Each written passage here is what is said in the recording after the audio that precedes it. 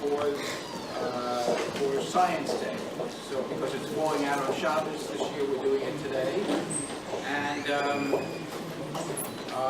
the main theme of today's lecture is that Brian is going to tell you. He's going to tell you, and I don't want to spoil it, he's going to tell you in Yiddish when he gets up here. The very first line he says in Yiddish. How many here know Yiddish?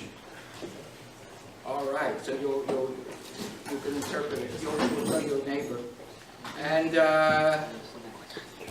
that's all. All I can say is about Brian is a very special speaker and a very special psychologist. He's a Cincinnati sports psychologist consultant, and he works especially at Miami University, coaching the golf team there.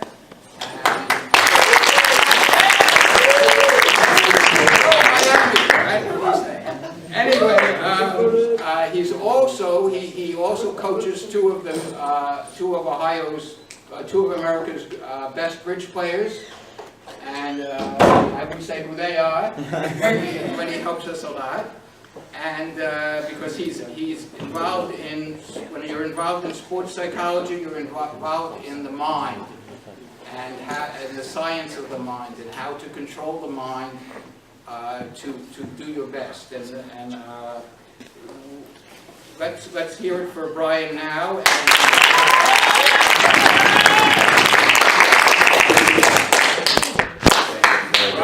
The pulpit's all yours. Thank you so much, guys. I appreciate that.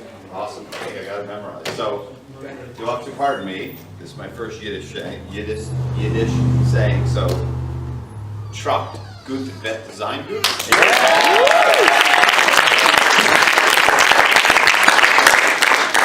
As my 7-year-old would say, nailed it, Dad, nailed it. So today we're going to talk a little bit about the inverted U, and you guys can just hit the neck when I say, does it work? Think it'll go back one. So obviously Mr. Granberger said my name is Brian Arlinghaus. I am a Master of Art in Psychology. I'm a member of the Association for Applied Sports Psychology, and I do work with golfers, baseball players, professional bridge players, anything that goes with the mind. So if somebody can interpret that Yiddish saying for me, what does it mean? Think good and it will be good. So if you can master that, you can master what I do for a living. So there's so much of what we do is all upstairs, right? So I tried to boil it down to homework, assignments, stuff like that you guys are dealing with on a day-to-day basis. So taking sports out of it and just looking at what you guys do and the pressures that you guys face. So what we're going to talk about today is called the inverted U model.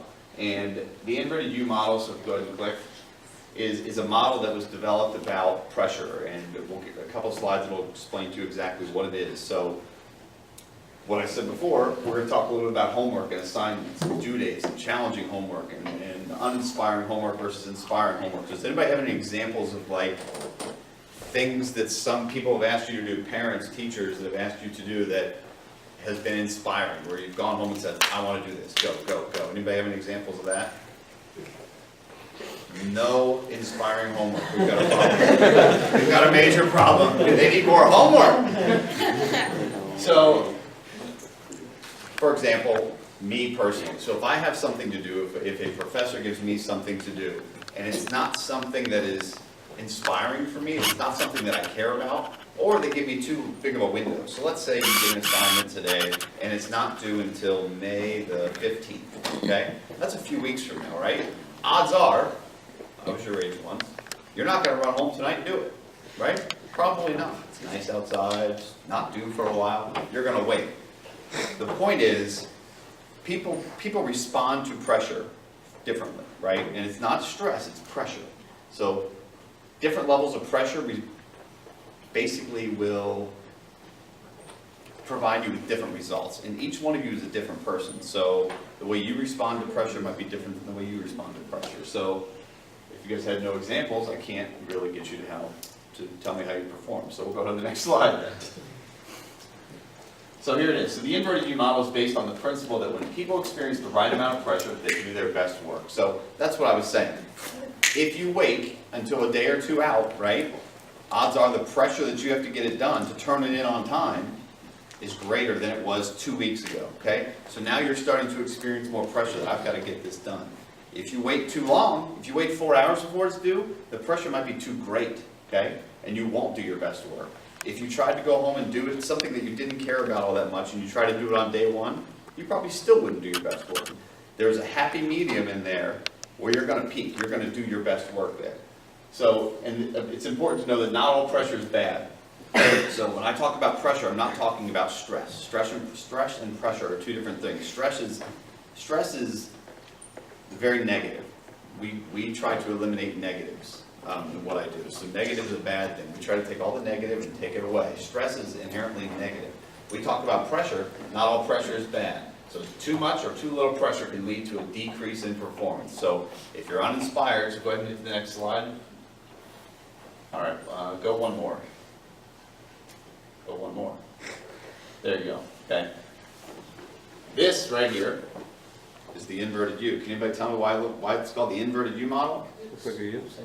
Awfully creative, right? Yeah, this is the best name they could come up with for this. So it's important to know that not all people, not everybody's inverted U is going to look the same. Okay? I just wanted you to see this before we go back a couple slides and talk a little bit about it. So low pressure, high pressure, low performance, high performance. Thought being, the greater the pressure, lower the performance, right? There's an optimal amount of pressure where we get our best performance. Can everybody read that? Okay. Can you go to the next? Do you just want to take a nap? Is that what you want? Yeah, we can try and play. Go on. Which one of these do I hit? All of them. All of them? That good? Yeah, that's good. Perfect. Beautiful. All right, go back 2 slides for me. All right. So the inverted U model is almost 100 years old, right? So I'm going to borrow this computer real quick. Put my notes right. Okay.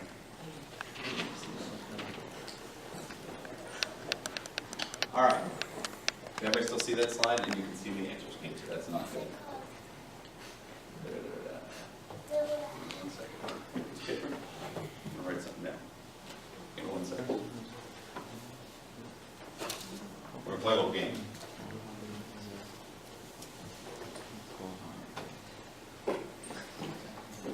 Yeah. Perfect. Thank you. I'll plug it back in 1 second.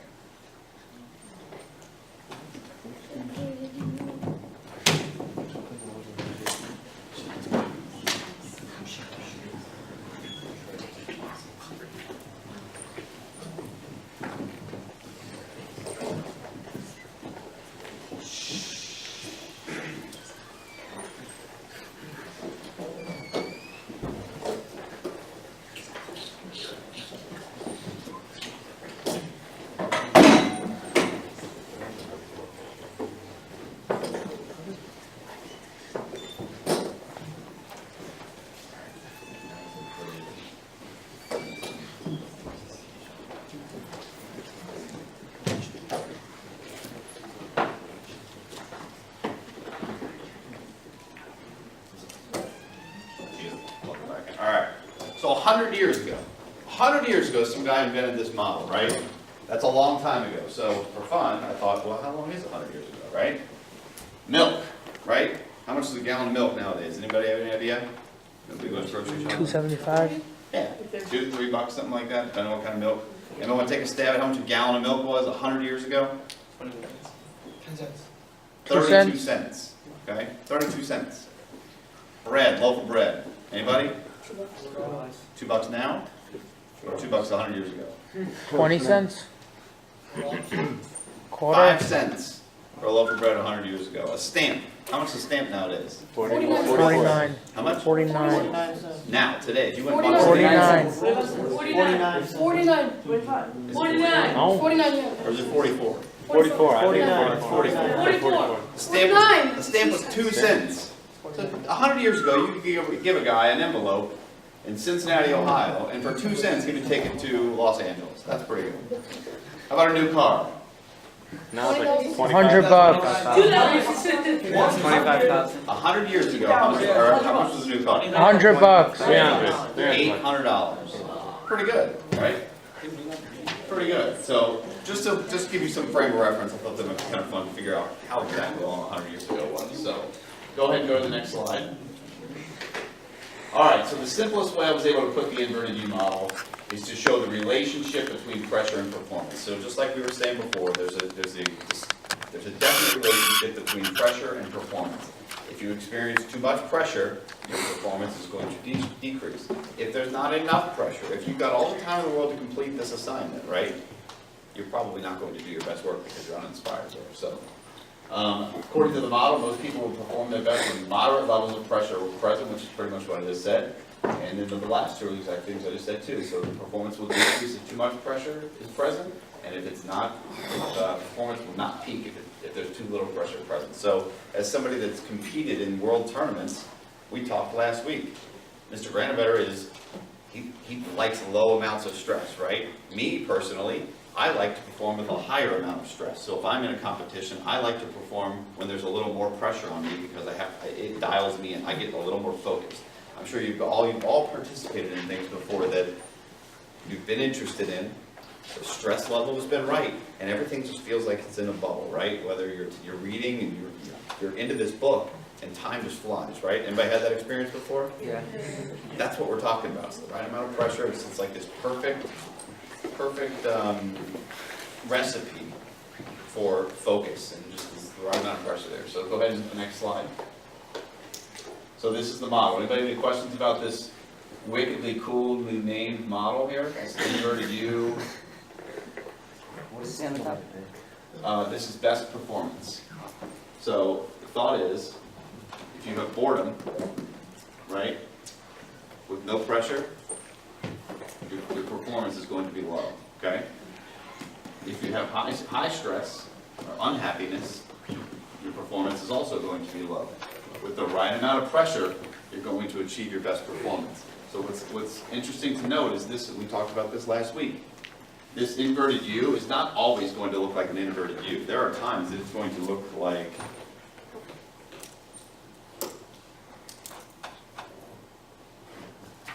that, right? So it might shift. So somebody might perform their best with higher levels of stress and higher levels of anxiety. Does that make sense to everybody? Yeah. Yeah. Perfect. Go ahead and hit the next slide. Let's see. So here's what happens and what impacts somebody's inverted U. So just like I said, that best performance can shift from right or left. There's 4 things that play into that, right? Skill level, personality, trait anxiety, and task complexity. Can anybody define those for me right now?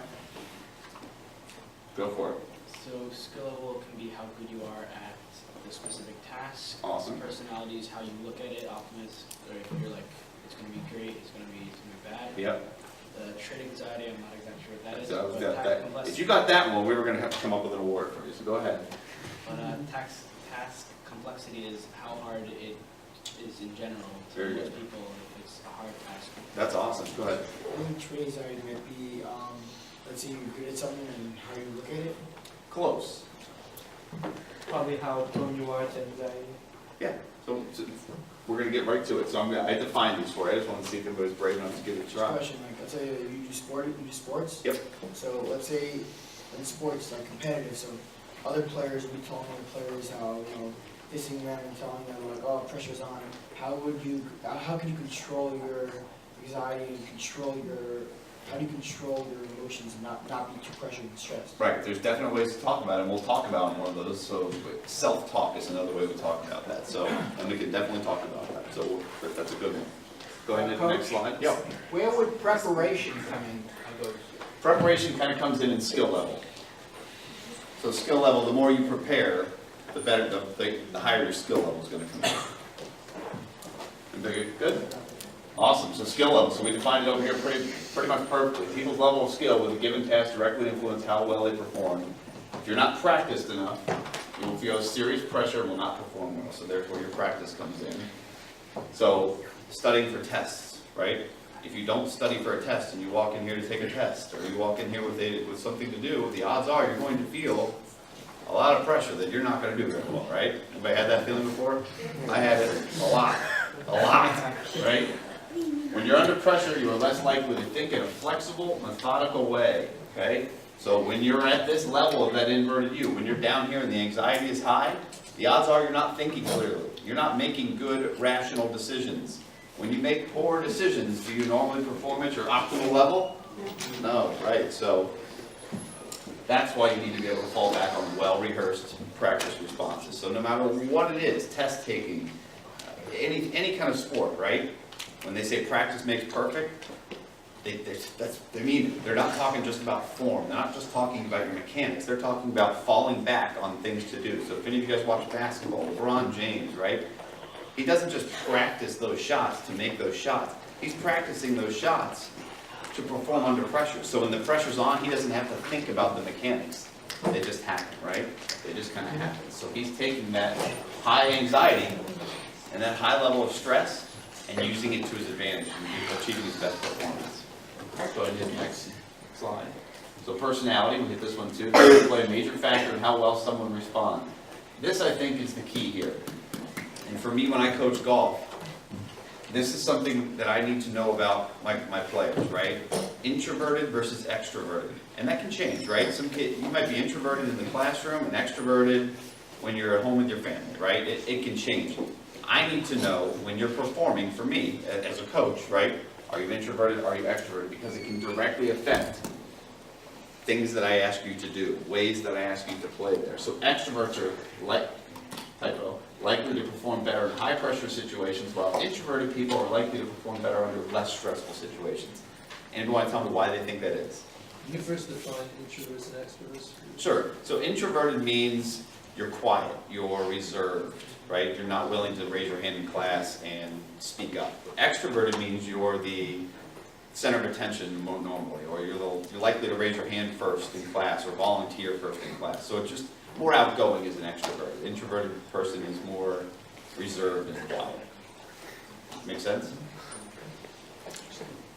Depends how you looked at where you are. What's that? Someone, let's say, in their house could be looked at different than they're looked at in school. Sure, absolutely, right? Totally agree.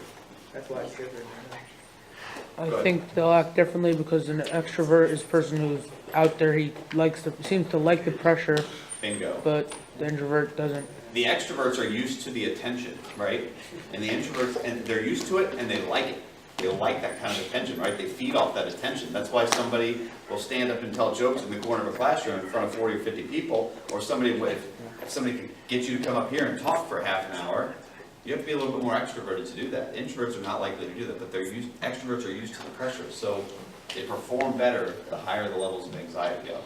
Okay, next slide. So trait anxiety, this is the good one. So this is your self-talk that we talked about, right? If you're self-confident, you're more likely to perform better under pressure because your self-talk is under control. So no matter what your teammates are telling you about, you got to hit this shot. It's clutch time. You know, we got to step up. We got to do this. We got to do this. Inside, you're thinking to yourself, I've got this. I know what to do here. I've trained for this moment. This is exactly why I play the game. I'm doing this because I love this. This is what I practiced in my backyard for. These are the things that the self-talk does. They get you in position for those type of things. So flow and zone. These are two things that I talk about all the time. And if I could figure these out, right?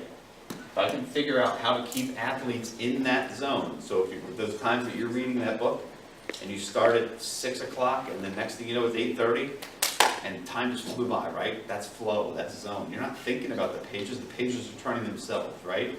Basketball players get in the zone. You hear them talk on ESPN, they say, I was just in the zone. I was in the zone, I'm in the bubble. Golfers, the same thing. They're almost unconscious out there. They're just going out there and hitting the ball and things are happening to them. Staying in that zone allows you to perform at your peak level longer. Okay? Now that's what I'm saying. If I could figure out a way to keep people in that zone, I would be a really, really, really wealthy person right now, because it would be LeBron James up here talking to you guys and Tiger Woods and all these guys that I'm telling them how to stay in that zone. It's really hard to do. So that self-talk is one way to get people to stay in that zone. And then the people who criticize. So what was that Yiddish saying we said? Meaning? Okay? People who criticize themselves are likely to be distracted in their negative self-talk. Think good and it will be good, right? Causing them to lose focus in their pressure situations. So negative talk gets you off topic. Performance goes from here to here. Make sense? Okay, next slide. So task complexity. It's the level of attention and effort that people put into a task in order to complete it successfully. So people can perform simple activities under quite high levels of pressure, while complex activities are better performed in a calm, low-pressure environment. So if I was to ask you to do a Rubik's Cube, and I was to bring in 400 people in front of you and say, go, go, go, go, go, I don't know that you're going to do all well, all right? If I was to ask you to tie your shoe in your bedroom, you're probably going to be able to do that, right? Keep that thought. Keep that thought. Next slide, please. So, let's try it, right? So I've never done this before, but I was trying to think of a way to make it, I've been in your position before. It's hard to say, it's 6:30. Something like that, 6:30? Yep.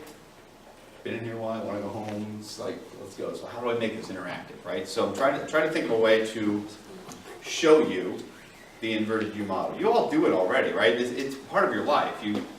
Everything you do, there's pressure, right? It's just a matter of telling you, how do I do it? How do I do it? What do I do? So, I need one volunteer who's got shoes that tie.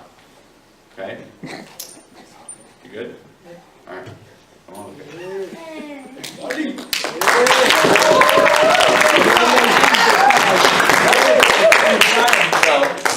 So, we're going to disappear for like 5 seconds, okay? 10 seconds, okay? And I'm going to come back in here and we're going to do a little experiment, okay?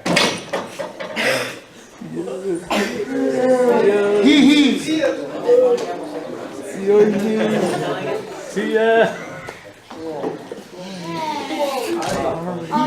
Alright, what do you That's all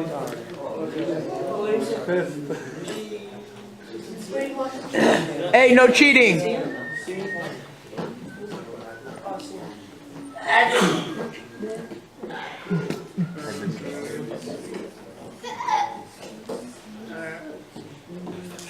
GM.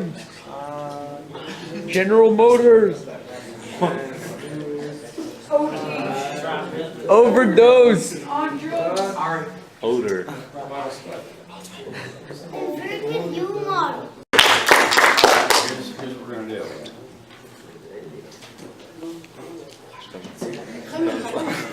All right, good. Okay. You're not supposed to stand. Don't. Okay, yeah, shut up. Hop on if you want to see what's out there. Okay. All right, so you ready?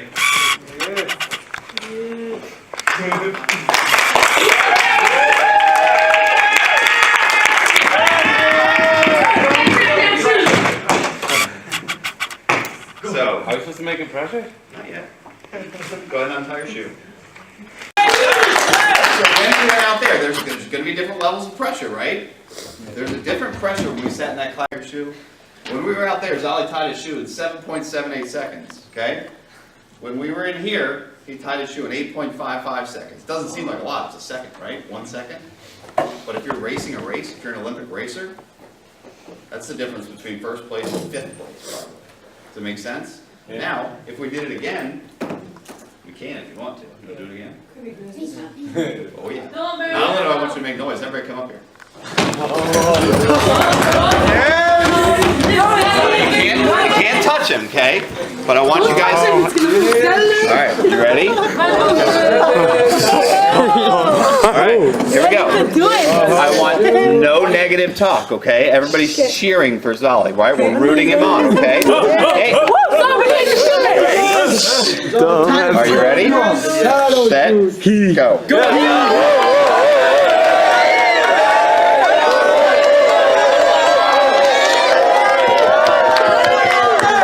Alright, pretty good. 8.13. Rubik's Cube is much, you know, this. This is a simple task though, right? So Zolly, tell us a little bit about how it goes. So, hey guys, real quick. This will be it. This will be it. So tell us a little bit about when we were. You had no idea what I was going to ask you to do in that room, right? And you just went in there and you tied your shoe and boom, boom, boom. When you were up here, did you feel a little bit of pressure, like? Yeah. Grabbing the strings was a little bit harder? I was scared because I might mess up. Right, right. Perfect. Therefore, there's a perfect example of that inverted U, guys. You see how that works? The pressure changed. He knew how to tie a shoe on all three scenarios, right? The only thing that changed was the level of pressure that Zod was experiencing, okay? And all I had to do was bring him up here in front of you guys, okay? Now do that in front of 40 or 50,000 people on a basketball court or in a hockey arena or something like that. Imagine how much more pressure you're feeling. Make sense? Yeah. So now, how do you use this, guys? So the key is to be aware. To be aware of when you're performing your best, okay? So if you're a low-stress person, if you find yourself that you're performing best under low-stress situations, then when you get assignments, when you get multiple things coming at you, make sure you're using that to your advantage in time management, okay? Don't wait until, if you have 6 things to do on Friday, don't wait until Thursday, because now the stress level is going way up here on this side, right? And your performance is going to suffer, okay? If you use time management, knowing that you perform well under low-stress situations, okay, you can time them out and say, I'm going to do one assignment on Monday, one on Tuesday, one on Wednesday, one on Thursday, and you can have your best performance for every assignment. Make sense? If you're a high-stress situation person, you might benefit from waiting until Wednesday or Thursday. Just leave yourself enough time to get it done. Make sense? Yeah. Good? Questions? Anything I can answer for you guys while I'm here? All good? Awesome job, Zolly. That was fantastic.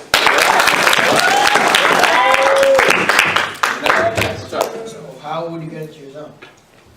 That's different for every person. It's totally different for every person. So again, for me, I'm more of a high-stress person, so I like the competition. I like my heart beating. When I feel my heart beating, that's how I know I care. That's how I know that I'm involved, right? Other people like low stress, don't rock the boat, they don't want to be known they're here, right? They just kind of want to go and do their thing. So my zone, I've been in the zone. I'm 38 years old, and I'll bet you I've been in the zone on the golf course, right? 6 to 8 times. It's that hard to do. I mean, the golfers, professional golfers like Tiger Woods, Jordan Spieth, those guys, they're in the zone more often than that, but they also practice what they do for a living. So they're trained a little bit better, different than I am. So how do you get in the zone? That's the beautiful question. If you can figure it out, start writing a book, and you will be you do really well. I promise you. Do you find guys to do a lot better, like, if they're more comfortable? Or I'm saying, like, if a guy that's not that good, but he's more comfortable, will you find him to do better than a guy that might be really good and that's not that comfortable in his position? Absolutely. 100%, right. Will the guy that's not as good and comfortable perform better than the guy that's more talented and less comfortable? Is that what you're asking? I'm saying, like, a lot of times, like, in like baseball, like, this guy will go to a new team, Yep, and he might play a bit of a different position. yep. He might be a very famous guy. High stress, high anxiety, right? Performance suffers. Until his stress and anxiety come down, his performance will suffer. See what I'm saying? Yeah. When you said you're a golf coach, right? So when you teach your Yep. students, right? Do you teach them to act more in a scenario where it's going to be higher stress? It depends on the person. So if I've got 8 kids on my team, I have to treat each one of them differently. Some kids I have to amp up. I have to get them amped up. And I used to remember a chip on your shoulders. You act like you got a chip on your shoulder, like Tom Brady is a perfect example. Tom Brady was drafted late. And tonight for football draft, it makes me think of it. He was drafted late, so they say he plays with a chip on his shoulder. 32 teams passed on Tom Brady before he was drafted. So now every time he plays there, he's playing one of those teams that said, no, you're not good enough to play here. So he's amped up to play those guys, right? But a guy like Peyton Manning is just low-key about his business, right? So you would coach Peyton Manning different than you would coach Tom Brady.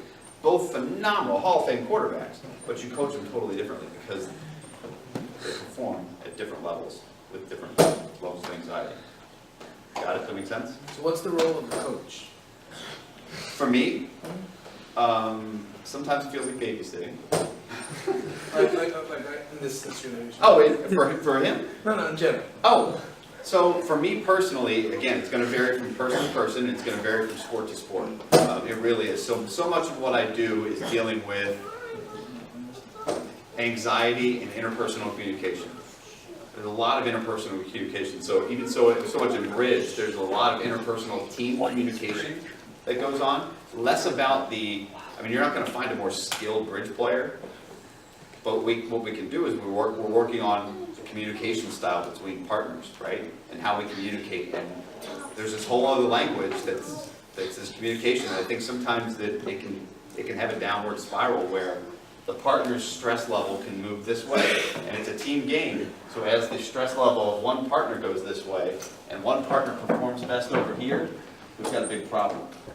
So it's my job to get the teammates on the same page and make them work synergistically, so that one person's high anxiety doesn't create a bad anxiety for the other person. They just kind of meet in the middle. Everyone performing on the level that brings out the best in them. Bingo, yeah, bingo. And you can absolutely do that. I mean, you can have a high anxiety level, high stress player performing with a low stress player as long as they know how to communicate. You can absolutely do that. They just have to know how to communicate back and forth at the table. You told us how to get from high pressure to low pressure by telling yourself that, oh, I can do it, I can do it. Yep. But if you perform better on high pressure and you're in a low pressure, how do you make more pressure? So the best way to do it is to create competition. Okay? So if you're a golfer, right, and you're playing with 3 or 4 other people, the best way I do it is I look at my surroundings. I'm playing against 3 other people in my group, right? Now I start competing against them, one-on-one, in my head. I say, all right, I'm gonna hit a better shot than you. All right, I'm gonna make this putt. I'm gonna boom, boom, boom. Does that make sense?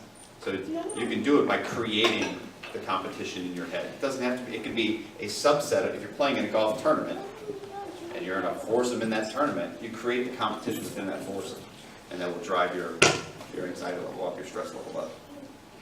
Ronnie, thinking about the zone, are you conscious or it's like a subconscious thing? People will tell you that it feels unconscious. You're totally conscious. You're aware, but nothing penetrates. So it's a force field around you. It feels like a force field where it's like wearing a glass helmet and nothing comes in, nothing goes out. It's just this state of euphoria where just everything kind of happens. Your body's just doing what you trained it to do, and nothing comes in and nothing goes out. So there could be trucks flying by, fire trucks flying by, airplanes flying overhead, people yelling and screaming at you. Like I think of a baseball batter, right? Baseball batter's out there and there's 40,000 people staring him down, screaming at him, and there's a baseball coming in at 100 miles an hour, right?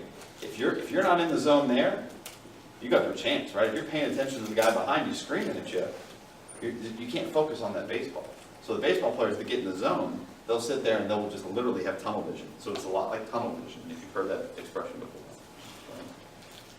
Yes? So but what happens if 2 players are not on the same page?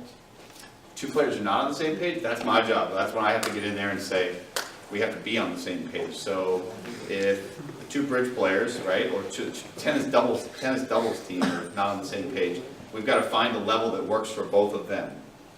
So it's a matter of meshing those 2 styles together and making them perform well together. Got it? Nice work. Where would you say that there would be more pressure? By more like baseball or golf, where he's waiting there, like it's on his call, or he's waiting there to do the thing, or more like basketball or soccer, where it's continuous, where he's going to shot. Now he can have the pressure on defense, also on offense, and it's just faster. So there's different. It just depends on the sport, right? So if I was to go compete in the NBA playoffs tonight, I'd have a low pressure because I don't expect a whole lot from me, right? I'm not practiced. I'm not very good at basketball. It's more of a team game, right? But there's still pressure on the team, right? And a lot of times that team can complicate things. So I think the more people you get involved, the more difficult it can be. If it's golf and it's just a one-person thing, like there's a golf team. I have 5 guys that play in the tournament, 8 guys on my team. But 5 guys are separated. They don't have to communicate. Guys on a football team have to communicate constantly, right? So you have to manage those levels. So it's totally different. And you were touching on something there that makes golf so different than pretty much every other sport, is that it's stationary, right? The golf ball is not moving. Nobody's making you hit that golf ball. Nobody's chasing you. Nobody's trying to block it. Baseball, there's a defense out there, right? There's no defense in golf. There's tennis players, people hitting the ball, and football players are trying to run at you and hit you. Those are different. Those are reactionary, right? So when you're reacting, You don't have time to think.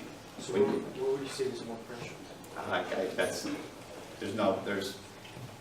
You can't answer that, because there's more pressure. It just depends on what you wanted. You know, if I was to say, what do you want most in this world, there would be more pressure to achieve that. Does it make sense? So there's not one sport that creates more pressure than another.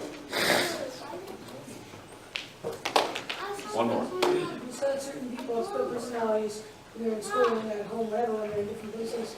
So normally, let's say somebody's extroverted at home and introverted in school, but they're not somewhat, if they're somewhere they don't really know there's only, it's like their first time trying something. What would you say that that their attitude should be or something?